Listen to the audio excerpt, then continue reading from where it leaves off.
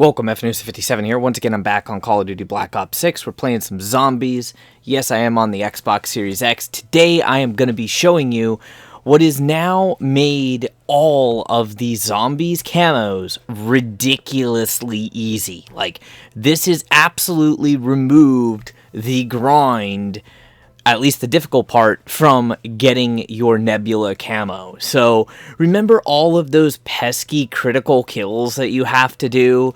Oh yes, I'm looking at you GS45s, where we can't pack-a-punch the gun because it just wipes out all of the zombies, or the hip fire kills with said weapon that can't be done with pack-a-punch, or really any other annoying weapon. Yeah, I'm also looking at you, Goblin AR, or Goblin Mark II. This is going to be phenomenally easy, and if you are not taking advantage of it now, honestly, it's just, it's nuts. The only downside is, it's not efficient to play with your friends, but if you want the zombies camo and you want a boatload of XP for profile and weapons, do this now. So obviously we had the Season 1 update. With the Season 1 update, it brought out a directed mode for zombies, and that round caps everything. So all you need to do is pick a weapon that you want to start working on, simply go into zombies, go down to directed, hit play solo, and pick the map that you prefer, Liberty Falls or Terminus. I prefer Liberty Falls, and then follow the main quest line for a little bit. If you folks want to give it a try, you can also maximize your XP if you have tokens from MW2 or MW3. For the moment, this still works, but it'll probably be patched pretty soon.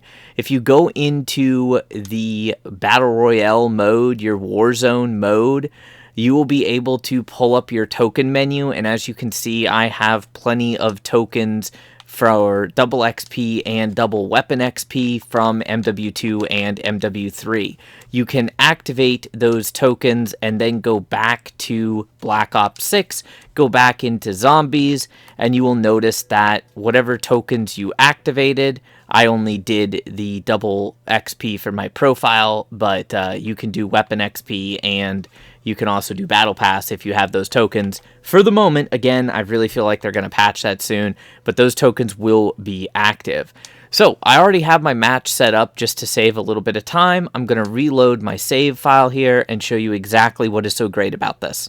Alright, so you can see I immediately just loaded up my save for the directed mode, which obviously this is a solo game here. I was working on my 9mm PM, and then I just pulled the other pistol from the mystery box. But you can literally do this with any weapon. You're going to have to rely on getting your weapons if you don't bring them in with you from the mystery box or from the vault. But this is the absolutely broken part about this. So you can see I'm on round 11, and just to make it easy, I'm going to go buy my GS45 off the wall. It's right here in spawn. And now I can use this weapon, work on these crit kills. I could upgrade it all the way to legendary if I wanted to, and we will never advance this round. So while in a prior video I had posted about the best strategy to level up this GS45 by buying it off the wall and then speed running up to buy the LR sniper and get the free Deadshot daiquiri and all of that, you don't need to worry about that now. All you need to do is follow the basic quest steps till you get up to this point where you can buy the door, and then make it to the church, unlock the church, and it will cap the rounds on you. Once you have the church unlocked, immediately upon starting the game, the Wonder Fizz will be available. So that means you can buy all of your perks as soon as you have the money for your perks. That means your Deadshot daiquiri, all of your augments are going to be available to you immediately. And as soon as you get the salvage for it, you're going to be able to just go ahead and immediately start upgrading the weapon's rarity.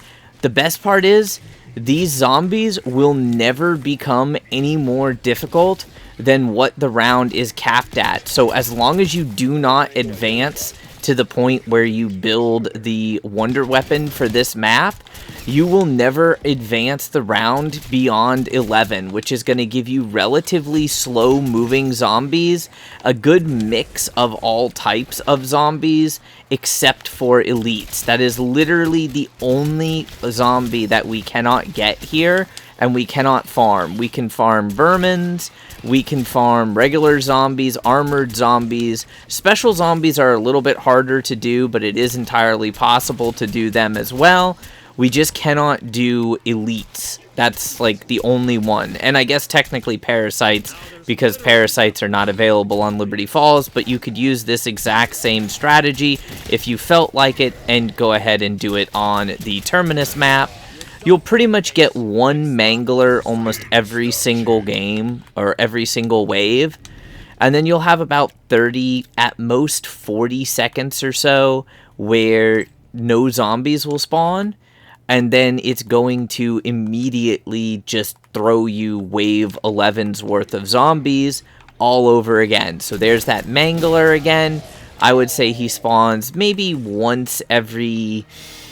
about once every 2 or 3 sets of zombies. So this is not perfect for doing your Opal challenge where you need to have a whopping 30 special zombie elims, but all of your crit kills, all of your melee weapon kills, all of your launchers, if you haven't done those yet, even challenges like your alchemist challenge or anything that's remotely annoying or just a low damage weapon that you would have to exfil normally on like wave 16 to 21, you can sit here and just keep farming. It is technically possible to do all of your guns up to Nebula without like doing the actual Nebula unlock in a single match. You would just have to keep quitting and saving, and that's the beauty of that.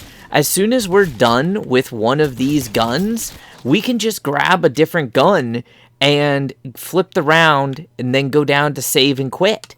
Because technically we're on the round cap, so every time a new set of zombies spawns, it is technically counted as a new round without going up to a higher difficulty.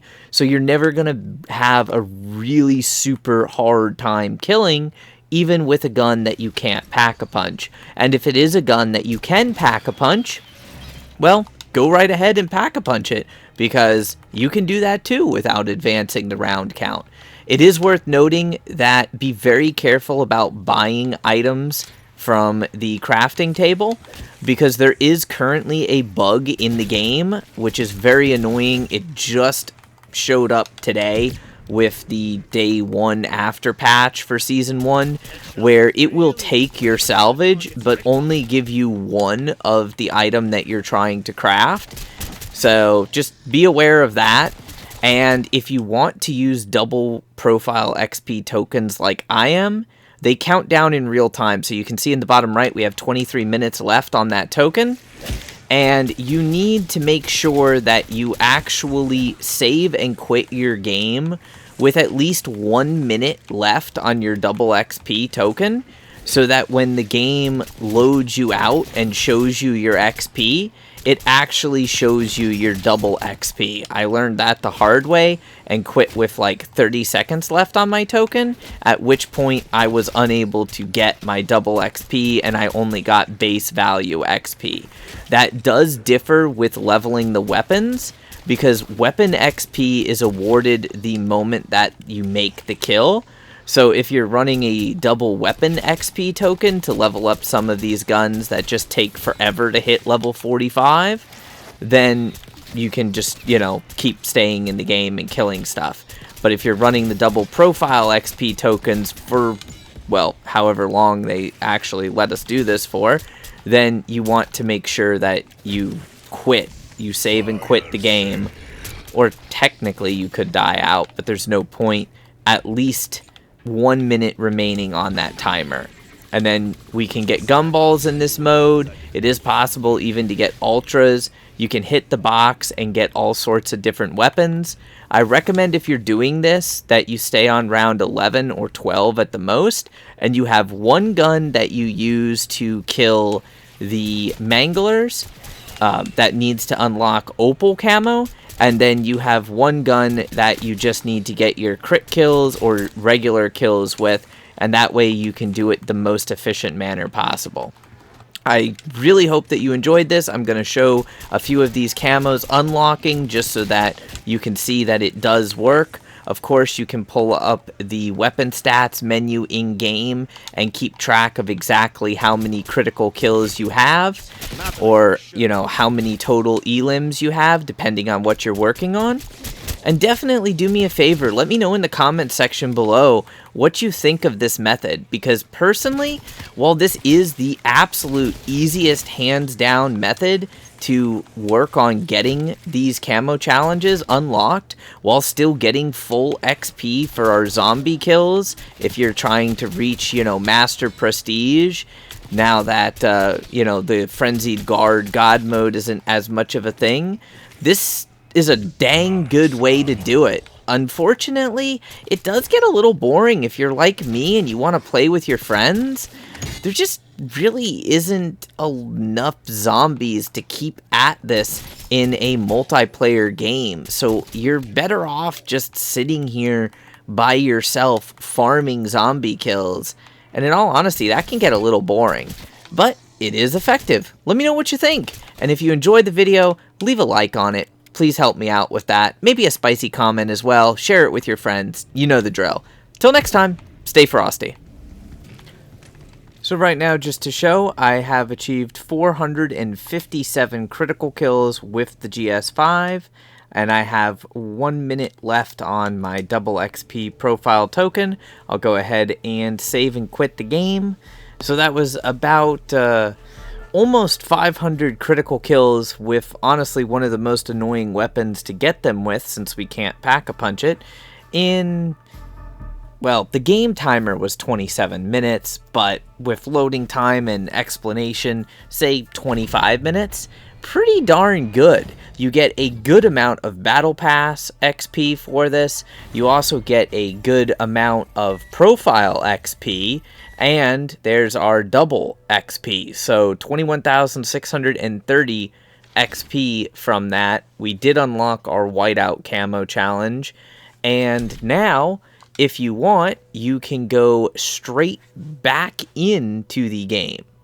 Again, you don't have to, but you could. Or we could go ahead and, say, go into Gunsmith, and if I wanted to put on, like, the akimbo or change up the grip or anything so that I could work towards the other Gunsmith challenges, the other camo challenges here. As you can see, I only need a couple hundred more for Purple Tiger, and then I'll have to start doing the Rarity one and the Hipfire one, which if you wanted, you can't pack-a-punch the gun till after you get the Siamese camo unlocked, the Hipfire kills, because for some reason they don't count when you have it pack-a-punched, but it's still pretty dang easy because you're dealing with level 11 zombies. So let me know what you guys think.